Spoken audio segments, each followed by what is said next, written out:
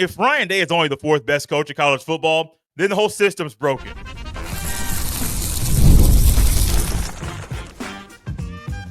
You are Locked On Buckeyes, your daily podcast on the Ohio State Buckeyes. Part of the Locked On Podcast Network, your team every day. Welcome in, Buckeye fans, to your Tuesday edition of Locked On Buckeyes, which is your daily Ohio State podcast, part of the Locked On Podcast Network, your team every day. I'm your host, Jay Stevens, veteran sports talk host, delivering passionate coverage about your Buckeyes, and today's episode is brought to you by FanDuel. Right now, new customers can get you $100 in bonus bets when your first $5 bet wins. During today's show, we'll discuss if 2025 is a pivotal year for Ryan Day, as well as what Ryan Day can do to climb to the top of the coaching mountain. But first, we are in the midst of list season. ESPN, CBS Sports, Fox, and other news outlets around the country are going to be unveiling lists. Some of them will be ranking the best coaches in the sport. Some of them will be discussing the best returning players. Some of them will be discussing the true freshmen that are expected to make the biggest impact in the fall. Well, ESPN recently compiled a list of the best coaches in college football, and they use their college football writers to do so. And one thing they did that's very interesting with this list is they didn't really give them parameters. They just said rank them.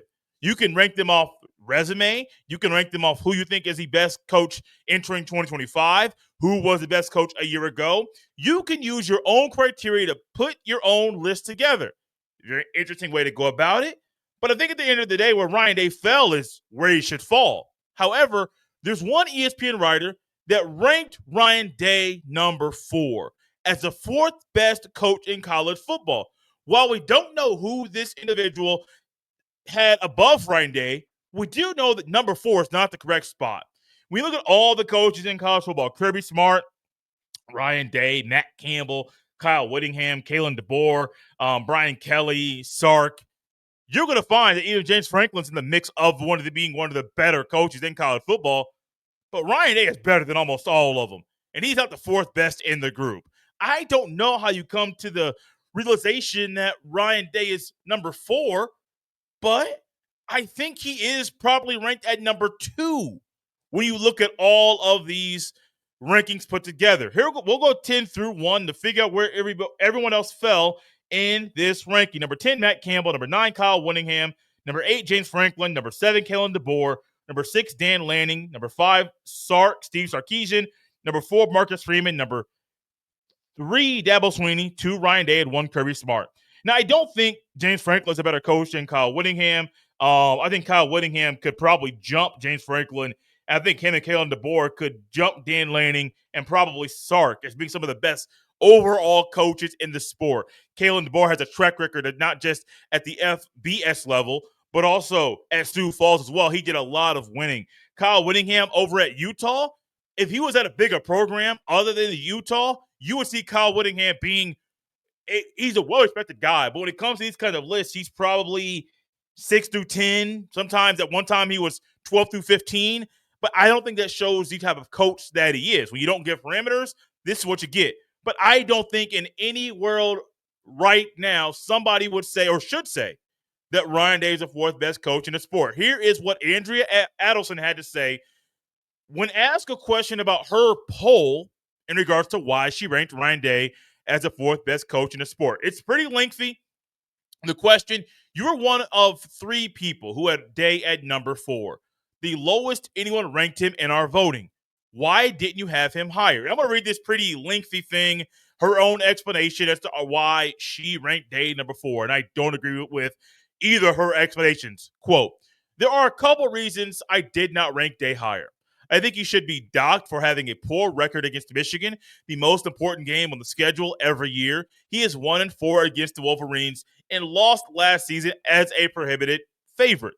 The corresponding outrage from the fan base only died down after Ohio State won the national championship. That leads me to my second point. You might be thinking the national title is reason enough to have Day ranked higher. But in any other season, that Michigan loss would have ended the Buckeye season. They got a second chance only because of the newly expanded 12-team playoff. For those reasons, I have Day at number 4, end quote. Now, the first part about the rivalry, I don't think anybody else out there would ever say if Kalen DeBoer goes 1-4 against Auburn that he would be docked because of it. I don't think so. I don't think you go out there. If Dan Lanning, for some odd reason, had a 1-4 record against Washington or against Oregon State, they would say, oh, we're going to dock you for that. No, this rivalry is viewed different by you, by me, and by usually Andrea Adelson. I understand that. But to say that's why you have him at number 4, are you erasing everything else he's done in the other, 76 games he's coached? 75 games, excuse me. You can't do that. To say that one game where he's only played them 5 out of 6 years, if they were able to get a W for a canceled game in 2020, you'd be looking at 2-4. And that looks a whole lot better than 1-4. Just saying, the numbers will speak for themselves. He has a bad record against Michigan. But I don't think in anybody's right mind that is enough to say, oh, we're going to dock you because of that. And then to come back and say that, in any other season that Michigan lost would have ended the Buckeye season. That's true. That's not a false statement. They got a second chance only because of the newly expanded 12-team playoff. For those reasons, I have Day at number 4. So you're acknowledging what the past was while also acknowledging the present, but you're using the past to dock him when the past is not the present. No, it's a playoff. I know it's kind of a tongue twister, but it's true. You're trying to use a rule from the past, which is an old rule because of what is now happening here in the present, while also trying to dock him because of something that happened in the past. You can't do that. That's not good analysis. And I don't know Andrea Adelson. I don't know. I'm not here to I'm not saying she's a bad person. I just think when it comes to ranking Ryan Day in college football, to say, oh, you have a losing record in the biggest game of the year in the regular season. Oh, we're going to dock you because of that. That doesn't make sense to me. Oh, you are going to be docked because, well, you had a new system and it worked in your favor, but we're going to knock you because of the old system, which is no longer in place. Make it make sense.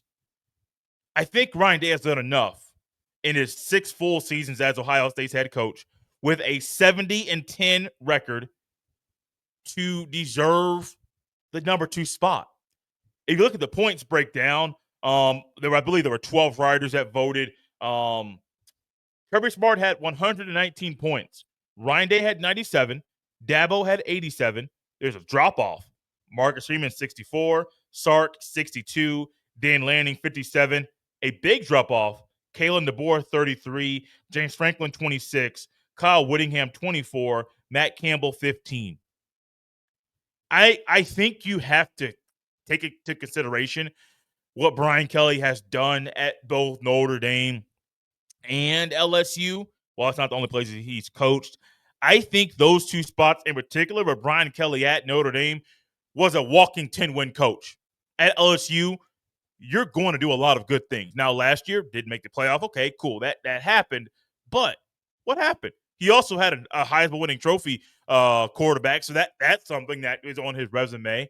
What else happened? He is putting some things correctly down there in the bayou. That's also correct. I think this list is their list. When you compile a list of multiple writers and people that cover the sport, you're going to get things that are a little confusing, a little puzzling, but you should never, ever get a list and put one together if you cover the sport that says Ryan Day is the 4th best coach in college football.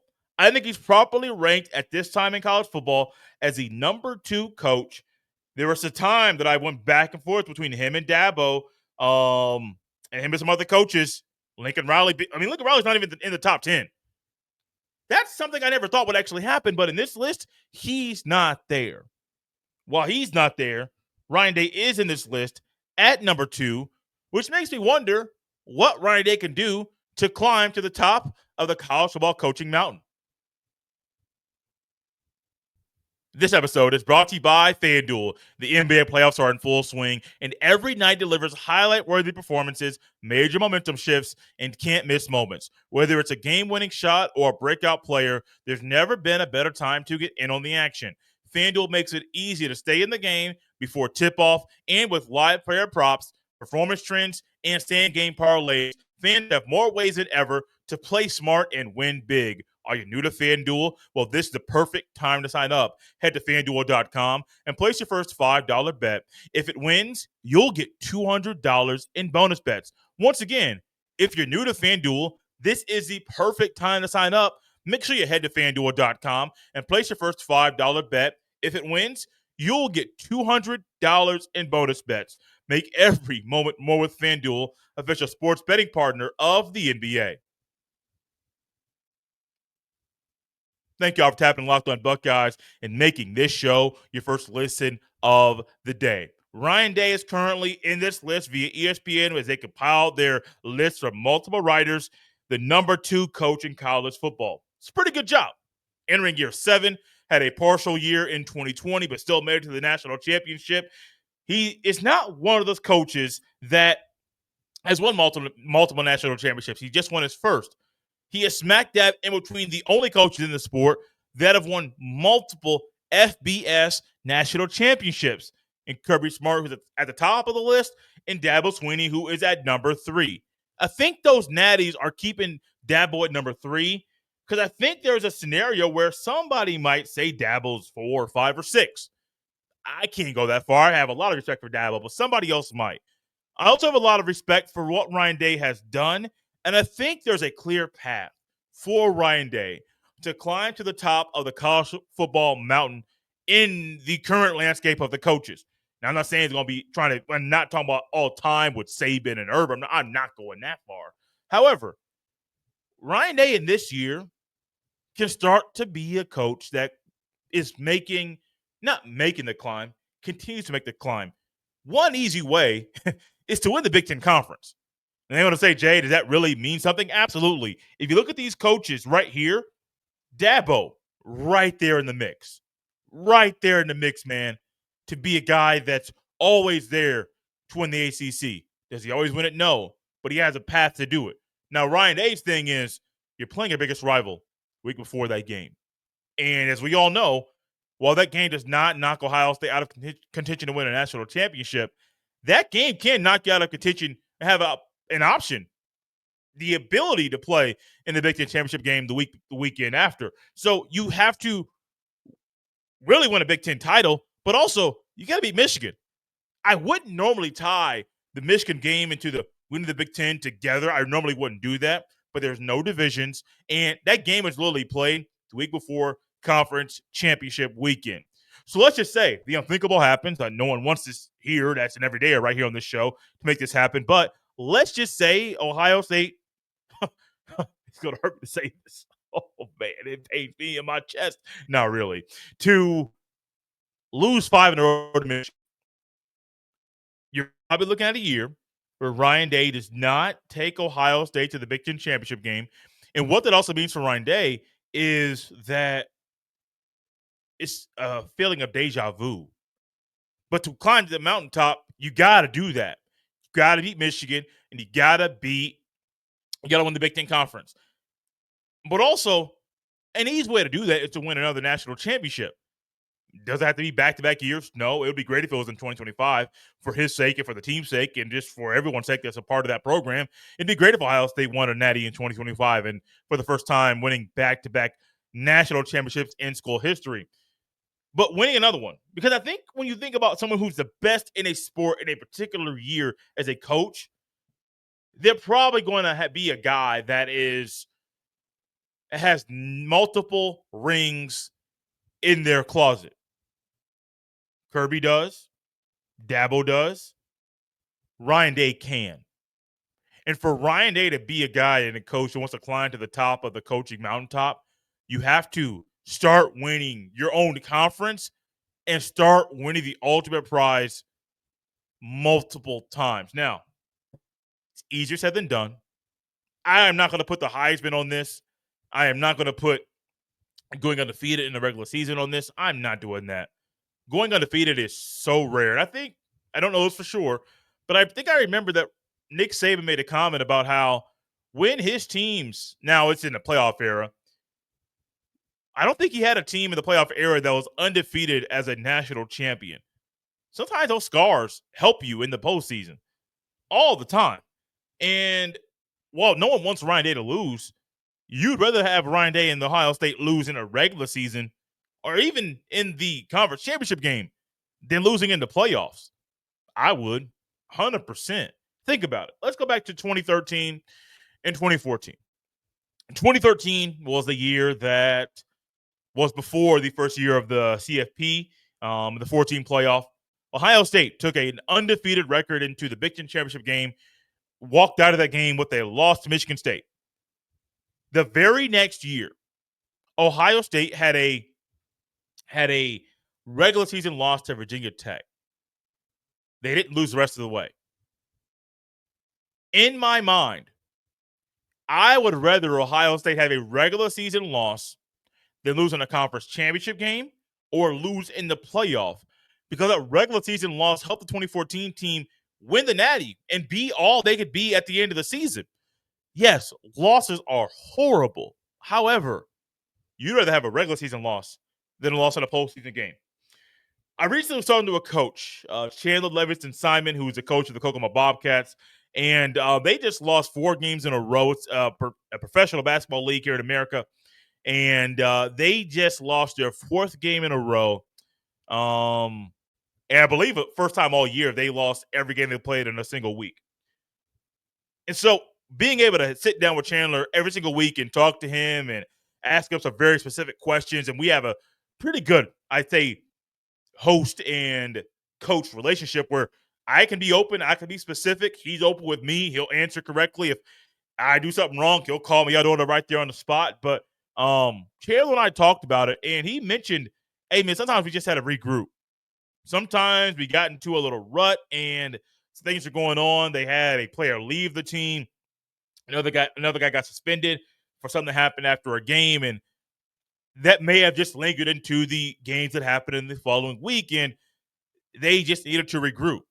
And he made a comment. It's one of the first time he made that comment this year that he would rather have those losses happen in the regular season than allow them to cause the team to get bumped out of the playoffs early.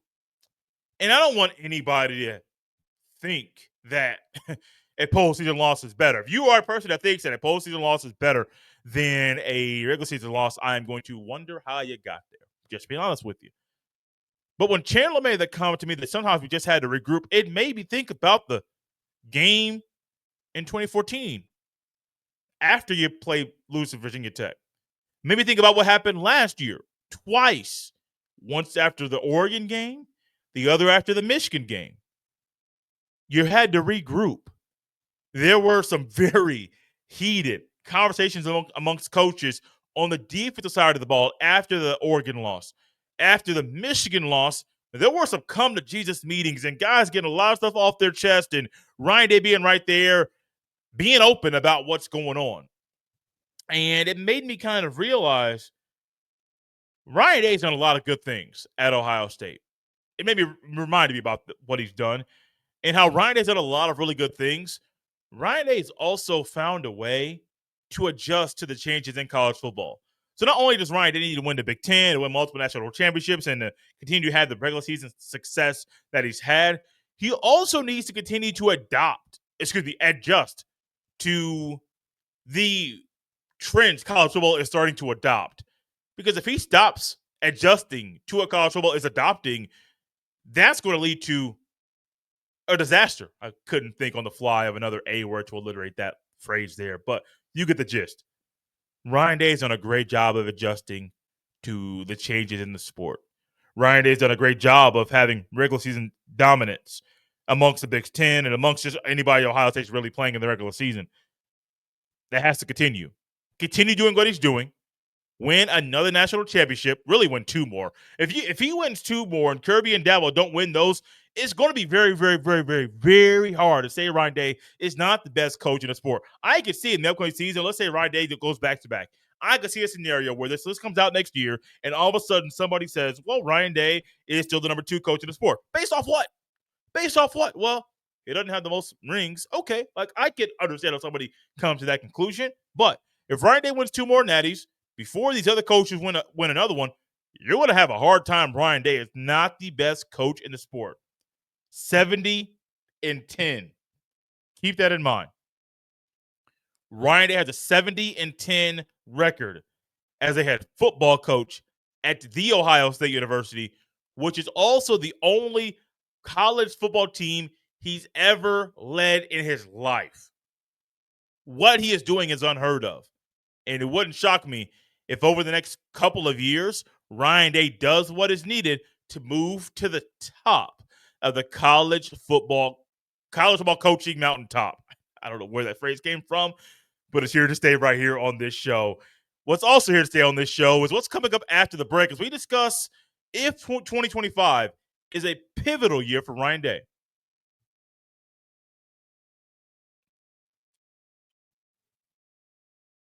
Thank y'all for tapping Locked on Buckeyes and making this show your first listen of the day. One thing we love right here at Locked on Buckeyes, especially this time of year, is lists. Normally, when it comes to the college football rankings, if I go over one, it's one from CBS Sports, who I think does a phenomenal job of covering college football. I have no problem giving the tip of the cap to certain people that do a great job of writing or hosting podcasts. I love pumping up this sport, and I love hyping up those who do a great job of it. Well, I'm also going to do a really good job over the next few months hyping up Ryan Day, because Ryan Day's not perfect. Let me get that out the way really quickly. Ryan Day is not perfect, but I think Ryan Day is the right man for this job in 2025, which makes me wonder, while he might be the right man for the job in 2025, if this is a pivotal year for Ryan Day. And when I say pivotal year, I am not saying Ryan Day, if he does something, his job is sustained. If he doesn't do something, it's going to get fired. I am not doing that. But could this year be one that takes Ryan Day to another level, or keeps him stagnant, or causes him to take a step or two backwards? And it is one of those years. I don't think Ryan Day is getting fired this year. Now, if Ryan Day goes 6-6 or somehow goes 3-9, we're going to have a lot of heated discussions on here about Ryan Day, and it's his mind, it's his coaching career already in the NFL before his body is. I think we would have those conversations, but I think it's just a pivotal year for Ryan Day. When you think about what's coming up for college football, there are going to be players will be able to get paid, assuming this the court case goes through. I believe starting in July, schools will have 20 million. I don't know the point, but no, 20.8 million to disperse among the athletes inside their own athletic departments. And there's a certain amount you can allot for football players. Well, what does that do for Ryan Day? That's another avenue for you to give players money. But also, what does that do? It allows players to get a piece of the pie. And you might see a side of individual players that you don't like, where you thought, hey, man, we got this guy. He's straight-laced. He's not going to give us any issues. As the sport continues to change, we're going to be just fine. And then the next thing you know, you got Ryan Day is looking at this guy thinking, bro, you got a little bit of money from us, not even a big old bag. It's a small little bag, and you acted brand new. That'd be a problem. Which goes into why this is a pivotal year for Ryan Day. Not because he might get fired. No. But this big change in the sport could change how Ryan Day looks at coaching. It could change some of the players' mindsets that are currently there at Ohio State. There's a lot riding on Ryan Day. There's a lot riding on this team right now. I think for any coach out there in the sport, it's pivotal. The same way NIL and the way it's managed or even mismanaged at times, it's pivotal for them. The way that I can't even think right now what thought was just in my head. The way that the transfer portal, there you go. Bo Atkinson was in my mind. That's coming up later in the week. That player and some more about him joining the Buckeyes. The transfer portal is very important and very pivotal. And how Ryan Day uses the portal is pivotal to him in every single year. But the constant change over and over and over and over, and Tyvis Powell made a very good point on, I believe he's on the morning show now. I forget who he's paired with. Forgive me for that. On 97.1 The Fan. But Tyvis Powell made a great comment about Ryan Day and about how college football is a whole lot different now than it was when Ryan Day started coaching as a head coach in 2019. I mean, literally 1 year as a head football coach at Ohio State, bam, COVID. You literally have no idea if there's going to be a season. None whatsoever. So when you don't know if there's going to be a season, what does that mean? We're trying to recruit you. We're trying to help you prepare to play. Let's just start there. We're trying to help guys prepare to play, but when are they going to be able to play? We don't know. We literally have no idea. Are we going to go independent? That was an option. I think it was more realistic for Ohio State to go independent than some other schools in the Big Ten to go independent. But if you go independent, will there be enough schools around the country? Will the other conferences around the country allow you to play 1 or 2 or 5 or 6 of their schools every single in a particular season? Because, we got our ducks in a row. We got all of our T's crossed, all of our I's dotted. We got all of that stuff the way it needs to be. And with you being independent, we don't know what your rules are. We don't know how you're governing yourself. We don't know any of that. We don't know if you are going to bring the virus to us. We don't know what y'all doing. Where in 2020, Ohio State could have done it. Would have been a big financial hit, especially when you aren't having fans in the seats and you aren't having the normal game day experience and you aren't having the normal sponsorships, for a game day. It would have been a big, drastic hit. But that's one thing Ryan Day had to deal with. I believe 2021, when the dead period ended for recruiting, would also open up the transfer portal. And I think it was NIL in 2021. I think the portal may have been 2021 as well. So you have one big change. You're not sure if you're going to have a season. You have one to make it to the national championship. But then all of a sudden, you got the portal. You got NIL. You have all these lawsuits. All of a sudden, you got a video game coming back that hadn't been around for 10 years. You got guys on your team that are going to be going to the Rose Bowl for a photo shoot. There are so many various things that have changed for Ohio State in college football. Oh, might I add another one? No more divisions in the Big Ten. The top 2 teams in the sport are going to be playing, in the conference, are going to be playing for the Big Ten Conference Championship. Oh, yeah, let me add this. Oh, no more 14 playoff. We're going to a 12 team. Oh, we might go to a 14 or 16 team playoff in 2026. Oh, the Big Ten and the SEC are now going to be in control of the playoff format in 2026. Oh, wait, in the 12 team playoff, if you are one of the top 4 highest ranked conference champions, you get a bye in the playoff. Think about this. Oh, yeah, we're not going to see the top 12 teams in the playoff. We're going to give certain teams byes, and if you are the highest ranked group of 5 school, you automatically get in. So many changes, and I just went through a few of them, and it sounds like a lot, because it is a lot, which adds into why it's a pivotal year for Ryan Day. Because you know what? Every single year Ryan Day is coaching at Ohio State is a pivotal year. I think Ryan Day is a good coach, a really, really good coach. And I think he can stay, I believe he can stay at that elite status as one of the best coaches in the sport, win the conference, win another natty, continue having top 5 recruiting classes, develop players at a high level. And also, he might need to make a change with a coach on the defensive one of the assistant coaches at Ohio State on the defensive side of the ball. Not saying who, but if what I read about a particular defensive recruit is true, that's another recruiting knock for this particular coach, which doesn't sit well with me. And if it doesn't sit well with me, I know it doesn't sit well with Ryan Day. Not letting the cat out the bag yet.